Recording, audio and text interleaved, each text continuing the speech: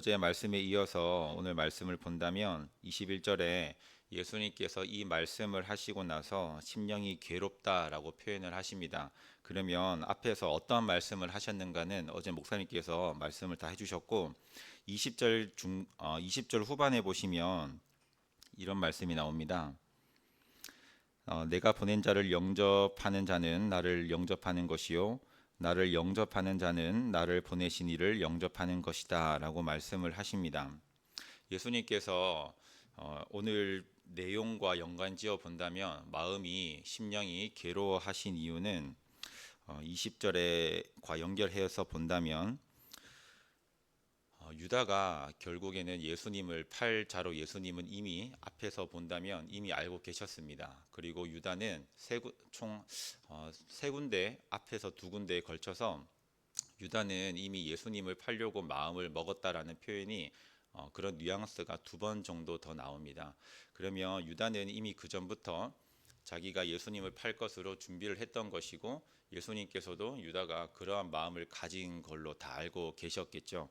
그런 마음에서 결국 유다는 예수님과 하나님을 영접을 하지 않았고, 그러면 하나님의 나라는 하나님을 영접을 하고 하나님을 인정하는 자들이 들어가는 곳인데, 그렇게 하나님을 인정하지 않고 영접하지 아니한 유다는 당연히 천국에 가지 못하겠죠. 그럼 예수님께서 이 땅에 오신 목적은 마태복음에도 보고 여러 누가복음에도 보면 우리의 죄를 용서사해 주시고 천국을 보내시기 위한 것이 예수님께서 이 땅에 오신 목적입니다. 그러면 그 목적에 부합해서 예수님께서 사역을 하시는 건데 유다가 그 목적에 이탈을 계속하니까 예수님께서는 심령이 많이 괴로웠다라고 표현을 하신 것 같아요. 이를 통해서 본다면 목회자와 그리고 직분자 그리고 우리 교회로 치면 구역장과 권찰들의 특히 또 교회학교에서 교사를 담당하고 부장으로서 또 교역자로서 영혼을 관리를 하고 직접적인 영혼에 대해서 이렇게 접촉을 할 수 있는 입장에서 그러면 어떠한 마음으로 신앙을 이렇게 가르쳐야 되고 또 대해야 되는가라고 생각을 좀 해봤어요. 첫 번째는 아무리 내가 그렇게 신앙생활을 가르치고 싶어도 내 자신이 먼저 신앙에 대해서 확신이 없거나 먼저 내 자신이 구원에 대한 확신이 없거나 먼저 내가 하나님과 예수님과의 관계성 속에서 죄라는 담이 막혀 있으면 내가 아무리 누군가를 이끌고 가르치고 누군가를 신앙의 좁은 길로 이끌고자 하더라도 그거는 될 수가 없습니다. 만약에 목회자가 설교를 하나님 말씀을 증거를 합니다. 그런데 만약에 그 말씀을 전한 목회자가 하나님의 말씀을 전했다고 하는데 그 목회자가 만약에 천국 가지 못하고 지옥 간다면 그 말씀을 들은 성도들도 잘못된 방향으로 듣고 천국에 가지 못할 가능성이 있겠죠.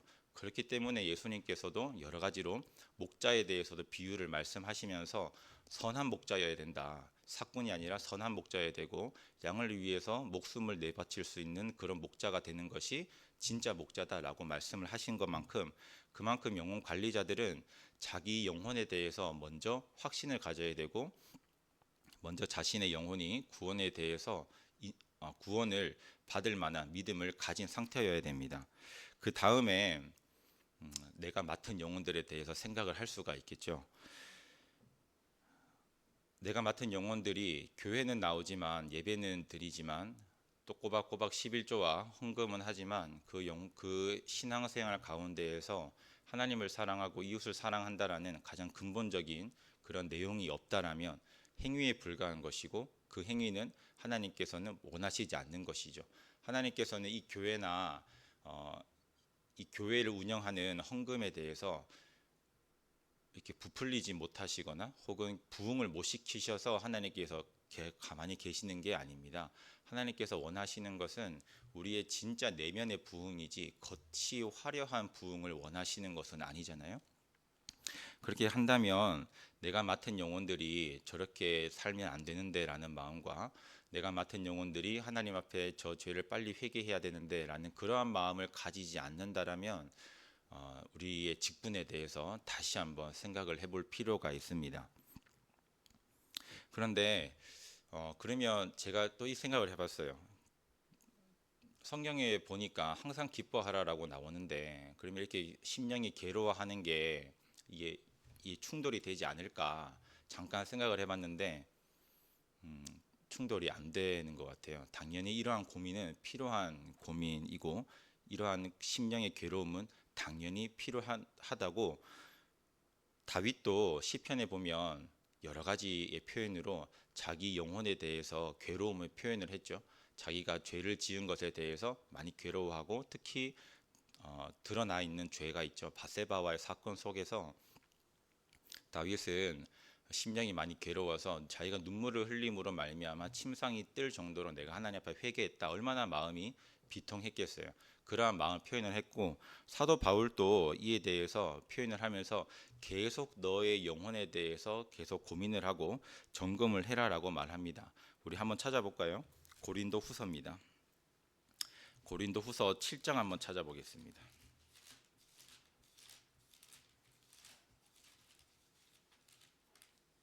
우리가 육체가 잘 먹고 잘 살기 위한 고민은 하나님께서 필요한 고민이지만 하나님께서 본질적으로 보시는 고민은 아닐 겁니다. 그런데 고린도 후서 7장에 나오는 사도 바울이 했던 고민은 하나님께서 아주 원하시는 고민일 겁니다. 고린도 후서 7장 10절입니다. 고린도 후서 7장 10절 292쪽 근방입니다. 고린도 후서 7장 10절 말씀입니다. 저희 한 목소리로 같이 읽겠습니다. 하나님의 뜻대로 하는 근심은 후회할 것이 없는 구원에 이르게 하는 회개를 이루는 것이요 세상 근심은 사망을 이루는 것이니라. 아멘. 이 11절 상반부도 같이 읽어볼까요? 보라, 하나님의 뜻대로 하게 된 이 근심이 너희로 얼마나 간절하게 하며. 아멘. 네. 이렇게 본다면 하나님께서 원하시는 근심, 즉 내 영혼이 회개하지 못한 그리고 구원에 대한 고민은 하나님께서 원하시고 하나님께서 하나님의 뜻대로 하는 근심이래요. 그리고 이 근심으로 말미암아 얼마나 내가 위급을 하고 얼마나 내가 근심하며 얼마나 내가 간절한가를 보여주는 표현이라고 말씀을 합니다.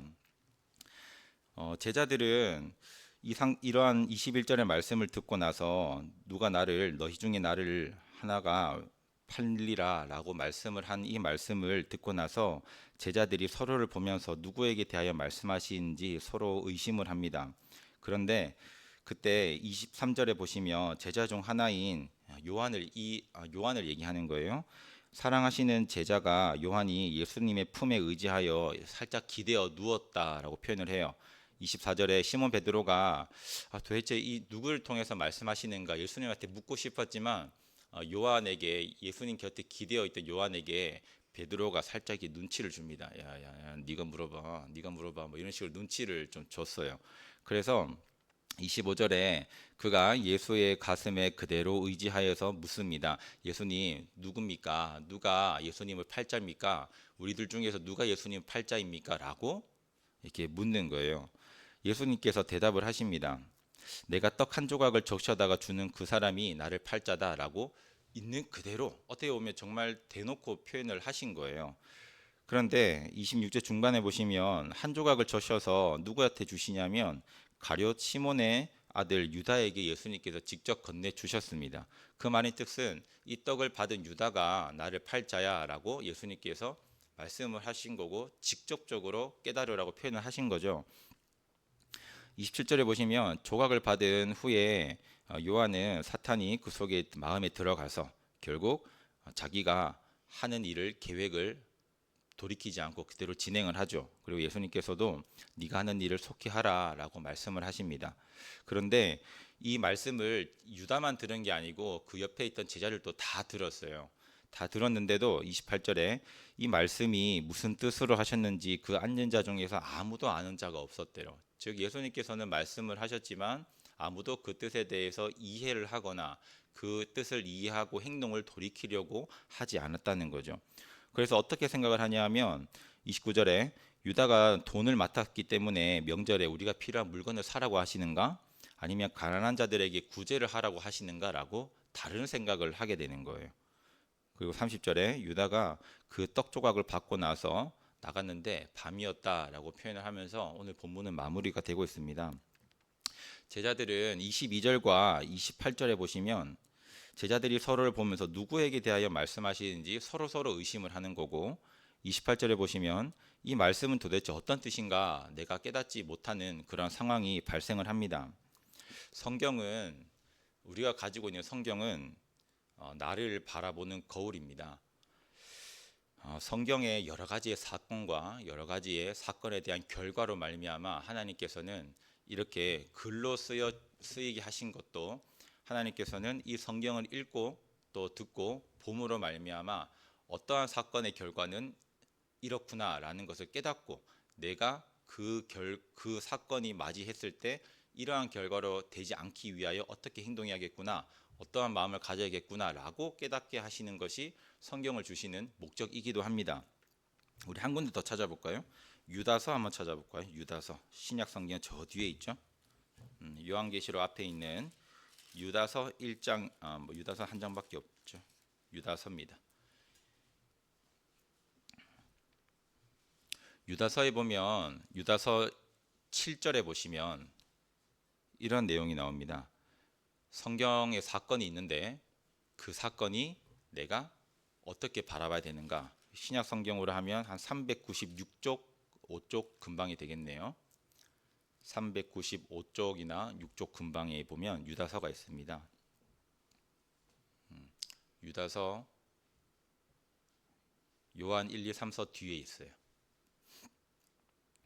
네, 보시면 성경에서 이 사건들을 보고 내가 어떻게 깨닫고 이 사건들이 나에게 거울이구나라는 표현이 나옵니다. 1장 7절에 같이 읽겠습니다. 소돔과 고모라와 그 이웃 도시들도 그들과 같은 행동으로 음란하며 다른 육체를 따라가다가 영원한 불의 형벌을 받음으로 거울이 되었느니라. 아멘. 그러면 우리가 이를 통해서 알 수 있는 것은, 소돔과 고모라 사건을 통해서 알 수 있는 것은 뭐겠어요? 음란하면 안 되겠구나. 그리고 동성애 같은 이렇게 행동하면 안 되겠구나, 성에 미쳐 살면 안 되겠구나 라고 말씀하시는 게 사건이고, 그에 대한 결과는 영원한 불의 형벌을 받는 것이 결과구나. 그러면 내가 이러한 영원한 불의 형벌을 받지 않기 위해서는 이러한 것들을 내가 하지 않아야겠구나, 생각으로부터도 하지 않아야겠구나 라고 깨닫는 것이 성경을 통해서 우리에게 주시는 교훈입니다. 다니엘의 사건을 통해서는 우리가 알 수 있는 것은, 기도하면 하나님의 역사가 일어나는구나, 기도하면 하나님께서 역사하시는구나 라는 것을 알 수가 있는 것이고, 아브라함을 통해서는 우리가 여러 가지 느낄 수가 있지만, 순종하면 하나님께서 그것을 의로 여겨주시는구나, 하나님께서 원하시는 것은 나의 행위나 나의 잘난 척이 아니라 나의 순종을 하나님께서 원하시는구나 라는 것을 알 수가 있는 것이고, 롯을 통해서는 우리가 또 알 수 있는 이런 것들이 있겠죠. 눈에 보이는 물질과 눈에 보이는 그러한 성공을 따라가는 것이 결국 패망의 길이구나 라는 것을 또 알 수가 있는 것이고, 마지막으로 여러 가지가 있지만 마지막으로 아나니아와 삽비라를 통해서 사도행전을 읽음으로써, 아나니아와 삽비라를 통해서는 성령을 속이는 것은 불가능하구나, 성령을 속인다고 하는 것은 결국 내 영혼을 패망으로 가도록 하는 거구나 라는 것이 우리가 성경의 여러 군데를 통해서 알 수가 있는 겁니다.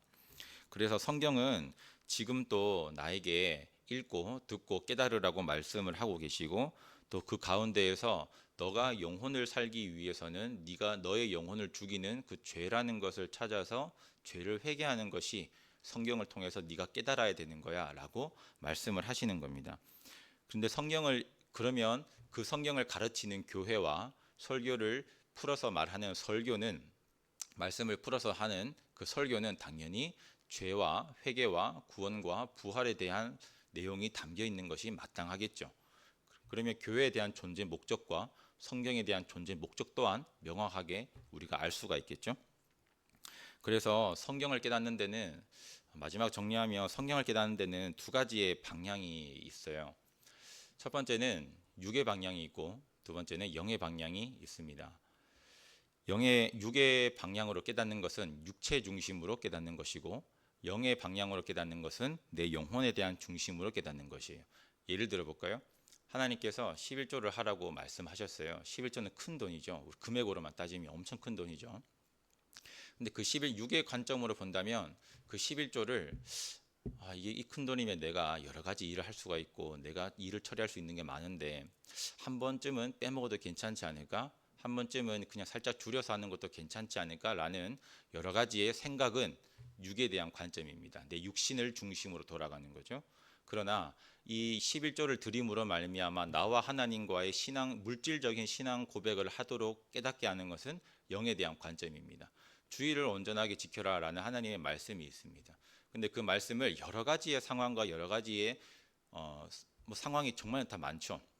그러나 그 상황 가운데에서 육에 대한 관점으로 바라볼 것이냐, 영에 대한 관점으로 바라볼 것이냐는 명확하게 나뉘는 겁니다. 그런 것처럼 성경은 여러 가지의 관점이 있는 것이 아니라 성경은 영혼을 중심으로 바라보고 해석을 하고 사건을 이해를 해야 하나님께서 이 성경을 우리에게 주신 목적이 명확하게 부합되는 것이고 예수님께서 이 땅에 오신 목적에도 부합이 되는 것이고 창세기 1장 1절부터 요한계시록 22장 21절까지 하시는 모든 내용이 결국 다 예수라면 그 예수라는 목적이 내가 읽었을 때 그 예수라는 목적과 내가 읽는 마음이 하나가 되어야 성경을 제대로 읽었다, 성경을 제대로 이해했다, 하나님께서 우리에게 성경을 깨닫게 하셨다라고 우리가 이해할 수가 있는 겁니다. 우리의 생각으로는 안 되겠죠. 당연히 이것이 바로 하나님의 은혜입니다. 우리의 생각으로 하는 것은 육체의 한계밖에 되지 않지만 그 하나님의 은혜로 말미암아 성경을 성령으로 읽을 수가 있고 성령께서 우리를 깨닫게 하시는 겁니다. 오늘 또 직장에서 출근을 하시고 또 저도 오늘 치과가 예약이 3시에 있는데 병원 또 가고 목사님께서도 지금 병원에 진료차 가셨고 또 뭐 졸업식 하는 사람들도 있고 또 뭐 현장 답사와 또 졸업 작품 하는 뭐 여러 가지의 그런 상황들이 다 있을 겁니다. 그 가운데에서 많은 일정 속에서 오늘 제목과 같이 주의 음성을 내가 듣는 자가 되기 원하고 이 말씀이 나에게 하시는 말씀으로 들어야 제자들처럼 다른 사람을 의심하지 않고 내 영혼을 바라볼 수가 있고 또 제자들처럼 무슨 뜻으로 이해하셨는가를 모르는 것이 아니라 성령께서 깨달을 수가 있는 겁니다.